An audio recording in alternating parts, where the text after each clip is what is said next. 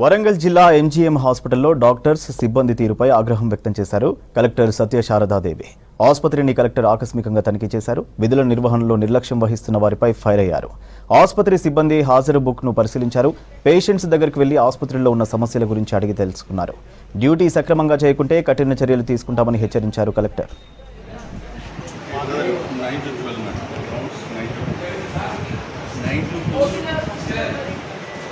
Different units ఉంటాయి, 7 units ఉంటాయి.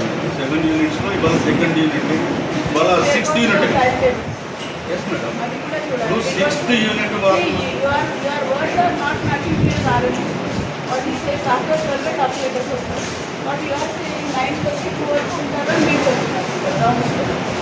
ఎగ్జాక్ట్గా ఎప్పుడు వస్తారో మాకు చెప్తే దాని ప్రకారంగా మేము చూస్తాం కదా.